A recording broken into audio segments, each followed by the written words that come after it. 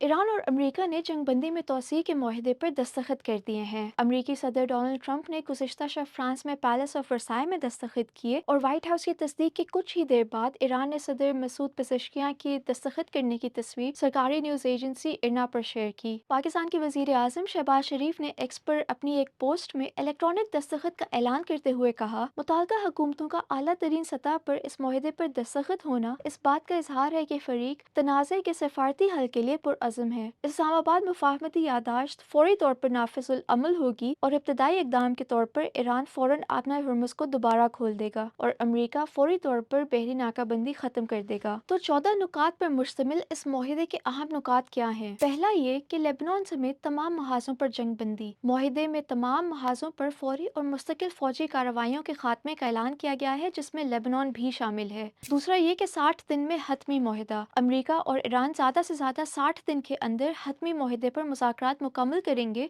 जिसमें बाहिमी रजामंदी से तोसी भी मुमकिन होगी। अमरीकी बहरी नाकाबंदी का खात्मा। अमेरिका 30 दिन के अंदर ईरान पर आयद अपनी बहरी नाकाबंदी ख़त्म करेगा। इस दौरान बहरी आमदोरफ्त को जंग से कबल की सतह के मुताबिक बहाल किया जाएगा। मजीद ये कि हतमी माहिदे के 30 दिन के अंदर अमेरिका ईरान के अतराफ से अपनी अफवाज के इनखला का भी पाबंद होगा।